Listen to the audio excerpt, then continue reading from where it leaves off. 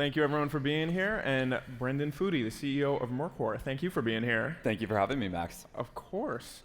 So this is your first Disrupt, right? It is, yeah. And this is a very interesting moment for Mercor as a business. I've been covering them for a while, and really excited to talk with you, Brendan. I wanted to start out with talking a little bit about what Mercor does. My understanding is that Mercor hires these very high-skilled contractors and basically asks them to create training data for major AI labs. Is that an accurate description? I think broadly it is, but maybe I can give a little bit of the origin story, so to speak, to give the background of how we got here. It started when we were in our college dorm rooms at 19, where I was working with my best friends from high school who I met when we were 14, and hiring people internationally that we'd match with our friends and automating all the processes of how we do that. So similar to how a human would review a resume, conduct an interview, and decide who to hire, we automated all of those processes with LLMs, bootstrapped the company initially, and then a few months after dropping out, we met OpenAI, and we realized that there was this enormous transition underway in the human data market, where it used to be this crowdsourcing paradigm that companies like Scale AI pioneered of how do you get low and medium skilled people writing barely grammatically correct sentences for the early versions of ChatGPT. But as the models were quickly becoming incredibly powerful, it was transitioning away from this low-skilled sourcing problem or this low-skilled crowdsourcing problem and moving towards this super high-skilled sourcing and vetting problem of how do we find the lawyers and doctors and bankers and software engineers that can work to build the most sophisticated agents in the world, and the business took off from there. Yeah, I was looking through Mercor's job platform before this. I wasn't interested. I'm very happy here, but I am just curious. Well, we'll have to change that. Well, we'll see. So I mean, some of the things that they're looking for, like Goldman Sachs investment bankers to kind of submit data, or video game designers, like people, or even like CTOs of startups. Like they're looking for people who are not, short on cash. Like you have to pay them a lot of money to do this, and you're getting very valuable data from them. I'm curious why do people give Mercor so much data? Well, I think ultimately what most people care about is having a reliable job that pays them well, where they're doing really interesting work. And we provide both of those things extremely effectively. Our average pay rate right now is $95 an hour. We're paying out $1.5 million a day, just 18 months after really finding this market. And so it's growing amazingly quickly. And we're working on the most cutting edge projects with all of the most sophisticated customers in the world. But I think from the AI labs perspective, and maybe more zooming out to the markets more generally, it's structurally more efficient for someone to train an agent how to automate a particular activity than it is for them to do it redundantly. Instead of having customer support representatives redundantly responding to hundreds of similar tickets, they're going to build an eval once so that the agent can learn to respond to that type of ticket. Instead of having investment bankers redundantly analyzing data rooms of similar companies, they're going to build an eval once and train an agent how to automate those things. And so we're seeing this broader transformation of knowledge work moving towards training agents how to automate all of these activities and workflows across the economy. So I want to kind of zero in on some of these examples, because I think the actual workflows are fascinating. Say Goldman Sachs investment banker works on Mercor's platform, for example, submits data that helps an AI lab make a financial model. That's very valuable to the AI lab. How do you think Goldman Sachs feels about it? Well, I think that there is an argument that Goldman Sachs doesn't love the idea of having models that are able to automate their value chain, right? Because it's sort of a competitor, right? I think that over time, ChatGPT will be better than the best consulting firm, better than the best investment bank, and better than the best law firm. And that's going to transform the economy radically, which will be a broadly positive force that helps to create abundance for everyone. But it definitely shifts the competitive dynamics. And that's part of the reason that the labs need us, is that their customers don't want to give them data to automate large portions of their value chains. They need to hire contractors that previously worked at those companies that are willing to understand those workflows and are willing to train models how to automate them. Do you hire people that currently work for like investment banks or game designers or stuff like that? Occasionally that would happen, but for the most part, it would be people that previously worked at those companies. Have you talked to the companies of the places where these people work? Like, do you know how they like feel about this? Well, I will say that I think that there's different ends of the spectrum. Like, I definitely think that there are companies that are embracing it and realize that the world's going to change very quickly, and it's better to be on the right side of history and adopt this technology, where now that they have the ability to produce so much more, to analyze many more data rooms and do much more work, they can expand their businesses by 10x. I think there's definitely another category of companies that are fearful of that, right? And worry about being disintermediated, having their customers go directly to the AI labs or application layer platforms. And my hunch is that the former category is going to turn out to be on the right side of history. I think the reason I ask is because, I mean, companies are typically very protective about their data. And when someone leaves a company, there's sometimes like lawsuits about, people going to other companies and taking some of that data with them. And I'm curious, like, I'm not alleging that like you guys are engaging in corporate espionage or anything, but I am just like kind of curious about like how you're thinking about that, and are investors concerned about that? Have they asked you about stuff along those lines? That hasn't been a concern. I think one of the key reasons is that we have contracts with all the experts that say they're not supposed to do that. We give them guidance not to do it, and so to not like bring documents from their old company. Precisely, yeah. Okay. And so sometimes, obviously, when we're managing these workforces of tens of thousands of people, I'm sure that there are things that happen, but at the same time, when we have contracts with them that they're not supposed to do it, we give them guidance not to do it. Generally, that's doing everything that we can on our side to limit any liability for us, our customers, and really just doing the right thing. And I mean, you've clearly cracked something that is very valuable for the AI labs here. You reported that, or I guess actually it's been reported. I think we reported. It might have been you reported. Yeah, actually I think we did. That you guys are making $500 billion in annualized revenue. 500 million. Yeah. 500 million. Sorry. Well, there you go. Confirmation. Yeah, okay. Yeah. And so I'm curious, like, why do you think what you're doing is so valuable and so different from what Scale and Surge and other AI data vendors have done? Yeah, I think that so much of it starts with who are the people that you want teaching models? Like, do you want a low-skilled college kid that just took their Accounting 101 class to teach the model how to do this problem, or someone who might have not even studied the topic internationally? Or do you want the person that was at EY for a couple of years and might be getting their MBA or that kind of thing? Like, the focus on extraordinary people and really starting with the DNA as a labor marketplace was the largest differentiator and how it positioned us in the market. And I think there's this other very interesting dynamic that is extremely underrated, which is that the distribution of value in those that improve models is very power law, where the top 10 to 20% of people drive majority of model improvement. Very similar to how in a lot of companies, like the top 10 to 20% of people might drive majority of the value.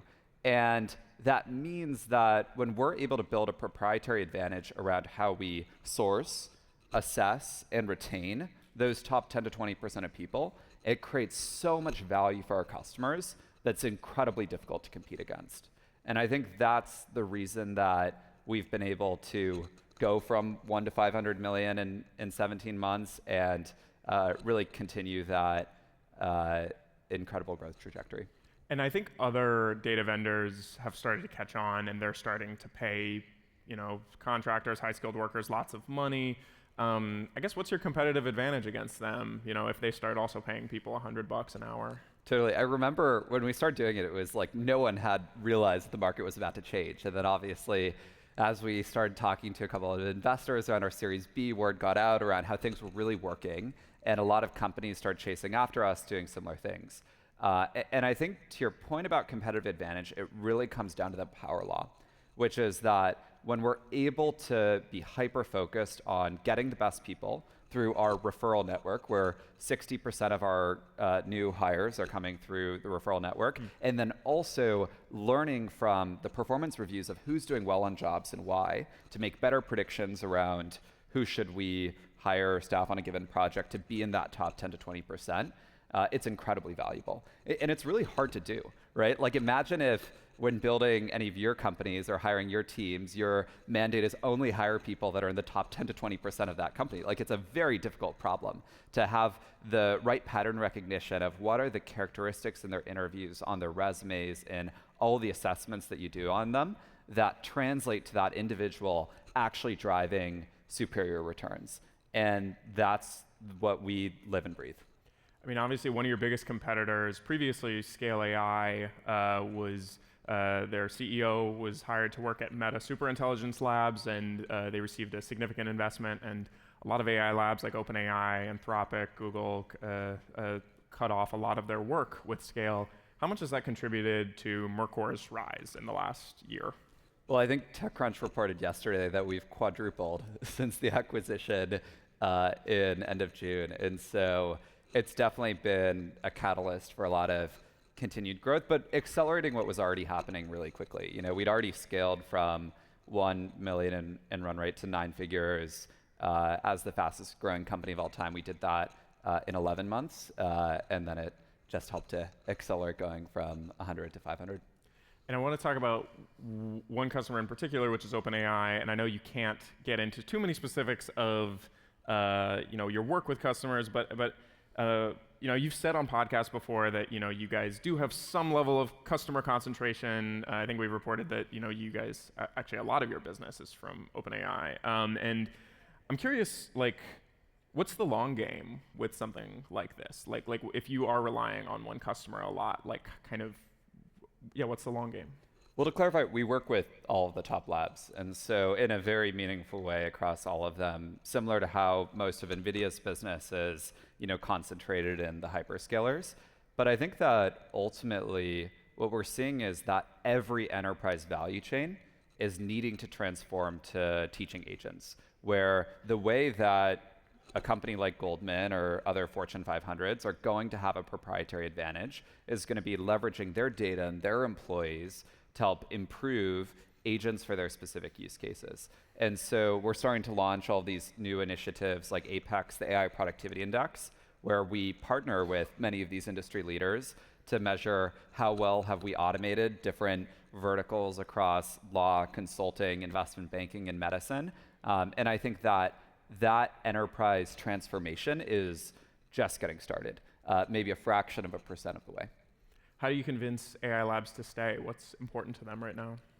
I think the thing they care most about is model improvement, right? It's a competitive market where everyone's racing to have the best models. And so ultimately what they're looking at is for every dollar they spend on us, for every hour that we're able to deliver of people working to create data sets that improve models, what's the ROI on that? And so being focused on that power law set of people that drive the top 10 to 20% of model improvement is always the thing that keeps them coming back. I want to ask, OpenAI launched something a while ago that kind of flew under the radar, which is they asked it's like a LinkedIn competitor sort of thing, which I think I maybe texted you or emailed you at the time, and I was like, what is going on with this? And I just wanted to ask, do you have any worry that AI labs are going to start kind of hiring a lot of contractors themselves and maybe doing some of the work that Mercor has traditionally done? What we found is actually the opposite, where they used to do a lot of this, but then have phased it out because it's gotten much more difficult as the skill of the people has gotten higher. And I think the largest reason is that there's a lot of network effects associated with building all of the base of people that refer all of their friends and then can switch between working at different labs. And so each of the labs incurring that fixed cost independently causes them to move much more slowly, and it becomes much more expensive versus us making the fixed cost investment and building the network, aggregating all the performance data, building out all the referral systems that all of them can then leverage. Yeah, and I wanted to ask you just personally, I mean, you're 22 years old, you're, in charge of a $10 billion company. You were telling me backstage about kind of a scheme that you ran in high school. You've always kind of been a young, savvy person. Can you tell me about the sneaker? Yeah. These are always funny stories. So the one in high school was that a lot of my friends were reselling sneakers, as was relatively common for people my age, and they were buying these bots or automated checkout software to help resell sneakers more quickly. But what I realized was that all of them were running their software on AWS, and they were eligible for AWS startup credits, but they weren't claiming those promotions. And so I started a consulting business where I would build them a website quickly. I actually hired my co-founder Darsh to help build websites when we were 15 or 16. And then I would help them in going through the process of applying to get credits, charging them $995, getting them the credits, doing this hundreds of times. And so when it got to whether I should go to college, I was telling my mom, like, I'm making so much more money right now than I would ever make in whatever job she wants me to have after college. What's the point in going to college? And so initially I refused to apply, and they were very unhappy about that until I eventually came around. But you did go and you dropped out. Right? Exactly. Okay. And with that part, it was that I told my parents every semester that I was going to drop out of college, because initially I didn't want to go in the first place. And then by the time that I really dropped out, I just didn't go to finals my final semester, because I was like, we'll make it work. We'll figure something out. And then the school notified them rather than me notifying them. And so they were all upset that I didn't tell them. And I told them, like, I've been telling you every semester for the last 2 years. And so it all came full circle.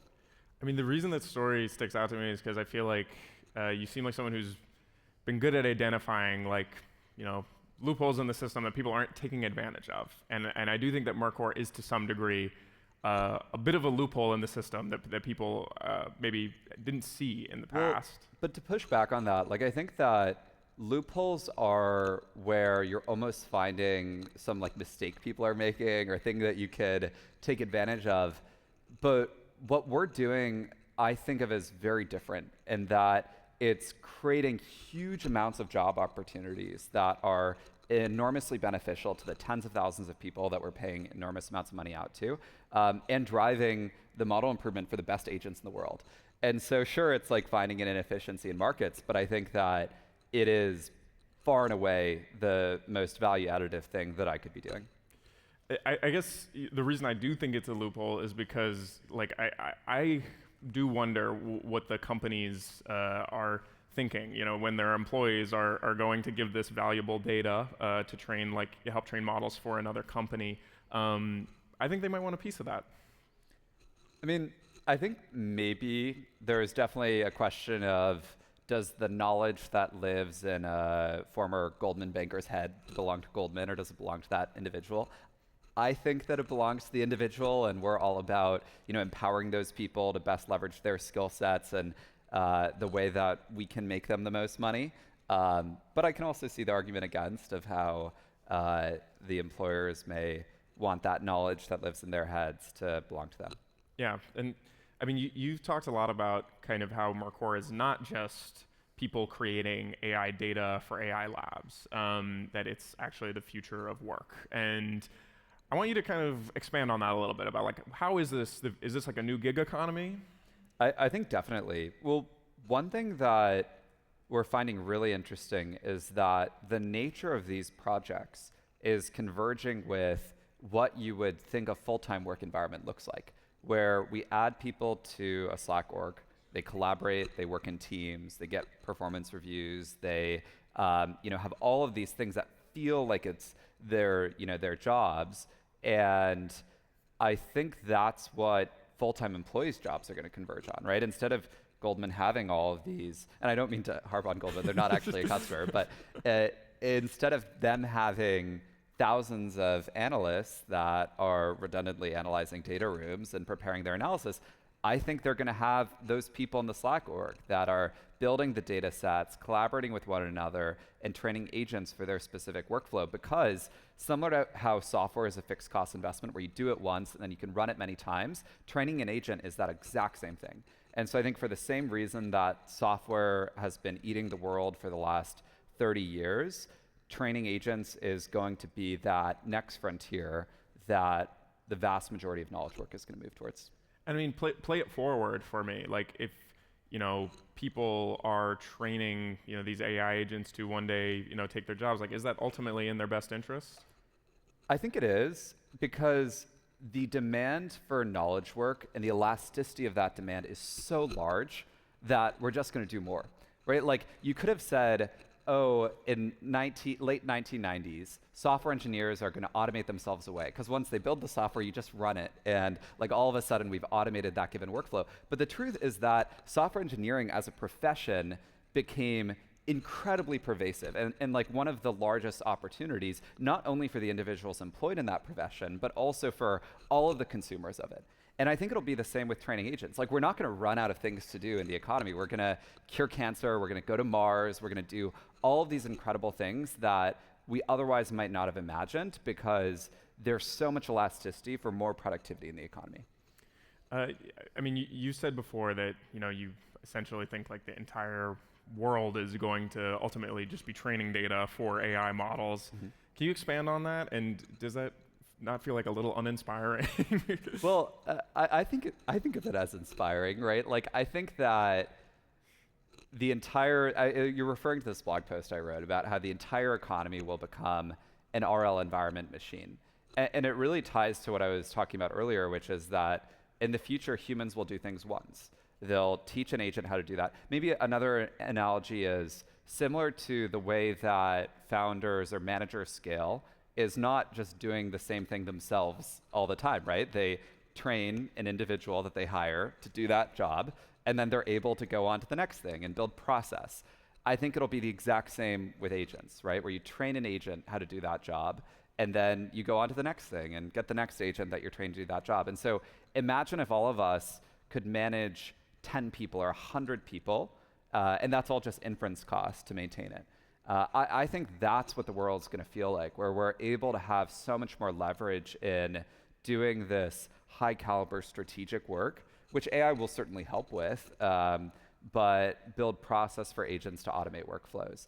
And so for anyone that wants to climb in their career to manage a big org and have this leverage, like that's going to be possible for everyone. And I think that is very exciting, both from the standpoint of the impact that an individual can have, but also more importantly from the impact of what's possible in society, right? Of like all of these things that we might have imagined society doing on a 50-year time horizon can get compressed to the next decade with the right automations and improvements in productivity that so much of this AI revolution is enabling. You just raised a massive Series C, $350 million at a $10 billion valuation. You announced it yesterday, and I'm curious, what is the plan ahead for Mercor, and how do you grow into a company?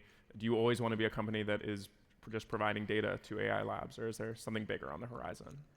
Yeah, it's a good question. I mean, I think that so much of knowledge work, maybe all of knowledge work, will converge on helping to train agents. And so that's very much our focus. But in terms of the investment areas of how to spend the $350 million, first of all, we're not rushing to spend it because we are profitable. But in terms of the broad things that I think about, it's inspired in many ways by Amazon, where Jeff Bezos talked about how there were many things that would change about Amazon's business over the decades of running it. But he knew that there were three big things that customers would always want through the duration of time, which is that customers would always want more products available, they'd always want better prices, and they'd always want faster delivery. He would even say, like, he can't imagine a world where customers would say, I want higher prices, right, or fewer products. And similarly, we have three big things where we know our customers will always want more candidates on the platform. We know that they'll always want better matching, because not exactly price, because no two people are the same. And we know that they'll always want faster delivery of how do we automate all the processes associated with creating that end value and work product for our customers. And so we structure our product team in each of those three buckets, and how do we best allocate our investments to compound in things that we know will build value for our customers over decades to come. All right. Well, I think that's our time. But Brendan, thank you for being here, and thank you all. Thanks so much for having me, Max. Yeah. All right.